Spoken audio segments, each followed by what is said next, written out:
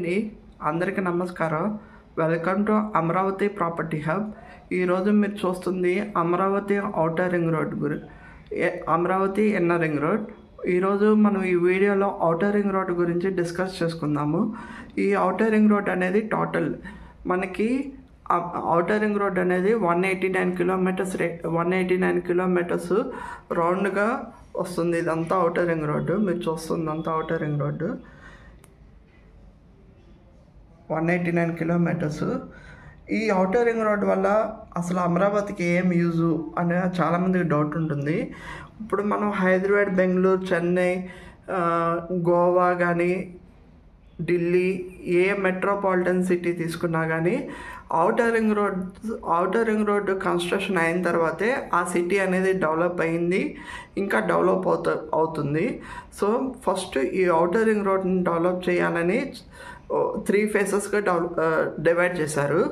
అంటే మనకి Amaravati outer ring road 3 ఫేసెస్గా డివైడ్ అవుతుంది. ఇప్పుడు ఫేజ్ 1, ఫేజ్ 2, ఫేజ్ 3. మనం ఈ ఫేజ్ 1 గురించి చెప్పుకుందాం. ఫేజ్ 1 అనేది కంచిచెల్ల టు పేరేచెల్ల, అంటే కంచిచెల్ల ఇక్కడ నుండి పేరేచెల్ల వరకు. ఇది మొత్తం 69 కిలోమీటర్స్ ఉంటుంది ఫేజ్ 1. ఈ పేరేచెల్ల నుండి కంచిచెల్ల నుండి పేరేచెల్ల మధ్యలో కృష్ణా వస్తుంది, కృష్ణా రివర్ వస్తుంది. ఆ కృష్ణా రివర్లో 3 కిలోమీటర్స్ రేడియస్ వస్తుంది. 3 కిలోమీటర్స్ వరకు బ్రిడ్జ్ వస్తుంది. అంటే ఇది ఫస్ట్ ఫేజ్ కృష్ణా డిస్టిక్ మళ్ళీ గుంటూరు డిస్టిక్ కలిపే బ్రిడ్జ్ అనమాట. ఇది ఫేజ్ 1 కింద డివైడ్ చేశారు. దీనివల్ల యూజ్ ఏంటంటే మనకి NH16, NH65. NH65 అంటే ఇక్కడ ఇది NH65 అంటే హైదరాబాద్ హైవే. NH16 అంటే మనకి కాజా, చెన్నై టు కోల్కతా హైవే. ఈ రెండు హైవేలు కవర్ అయ్యేటట్టు ఫేజ్ 1 అనేది డివైడ్ చేశారు. ఇప్పుడు ఇదంతా ఫేజ్ 1. అంటే ఇది నార్త్ పార్ట్లో ఉంది. ఫేజ్ 1 అనేది నార్త్ పార్ట్లో ఉంది, నార్త్ ఆఫ్ అమరావతి. ఫేజ్ 2 అనేది మనకి ఈస్ట్ ఆఫ్ అమరావతి. అంటే ఇది మనకి కాజా, కొలిపరు దగ్గర కలుస్తుంది. ఇది ఫేజ్ 2. ఇదంతా ఫేజ్ 2 కాజా, కొలపరు దగ్గర మనకు ఫేజ్ 2 కలిసిద్ది.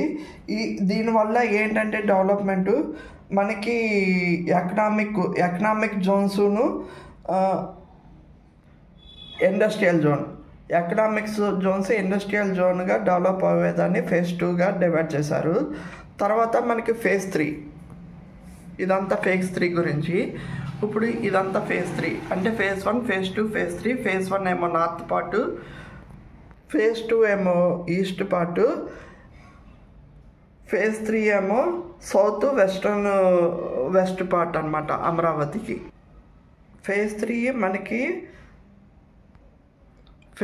మనకి సౌత్ వెస్ట్ పార్ట్ ఫేజ్ 3గా డివైడ్ చేశారు. అంటే ఇది ఫేజ్ 3కి మనకి ఎక్కడెక్కడ కలిసిద్ది అంటే వైకుంఠపురం దగ్గర కలిసిద్ది, లింగాపురం, తుళ్ళూరు ఇవన్నీ ఫేజ్ 3 కిందకి వస్తుంది. ఫేజ్ 3 వల్ల ఏంటంటే మనకి దానివల్ల ఏంటంటే ఫ్రీగా ఒక దగ్గర నుండి ఇంకో దగ్గరికి ట్రాన్స్పోర్ట్ అవడానికి, ట్రాఫిక్ జామ్ కాకుండా ఉండడానికి ఫేజ్ 3 ఔటర్ రింగ్ రోడ్ అనేది ఉపయోగపడిద్ది. ఇది టోటల్ ఎస్టిమేషన్ కాస్ట్ 25,000 crores. ఇది సెంట్రల్ గవర్నమెంట్ బేర్ చేసుకునేటట్టు. అంటే ఇది ల్యాండ్ ఎక్విజిషన్ కానీ ఈ ప్రాజెక్ట్ అంతా సెంట్రల్ గవర్నమెంట్ అప్రూవ్డ్. ఇది టోటల్ 189 కిలోమీటర్స్ రేడియస్లో వెళ్తుంది. మీకు కానీ ఈ వీడియో నచ్చితే లైక్, షేర్, సబ్స్క్రైబ్ చేయండి. ఇది ఔటర్ రింగ్ రోడ్ గురించి ఒక చిన్న పార్ట్. ఇంకా నెక్స్ట్ వీడియోలో మీకు ఔటర్ రింగ్ రోడ్డు ఏ విలేజెస్లో కవర్ అవుతుంది అనేది మీకు ఎక్స్ప్లెయిన్ చేస్తాను. ఇప్పుడైతే 3 ఫేసెస్గా డివైడ్ చేశారు. మళ్ళీ ఒకసారి చెప్తాను. ఫేజ్ 1 అనేది నార్త్ పార్టు, ఫేజ్ 2 అనేది ఈస్ట్ రీజన్లో ఉంది. ఫేజ్ 3 అనేది సౌత్ వెస్ట్ రీజన్లో ఉంది. వీటి వల్ల ఒక్కొక్క ఫేసెస్ వల్ల ఒక్కొక్క యూజెస్ లాగా వీళ్ళు డివైడ్ చేశారు.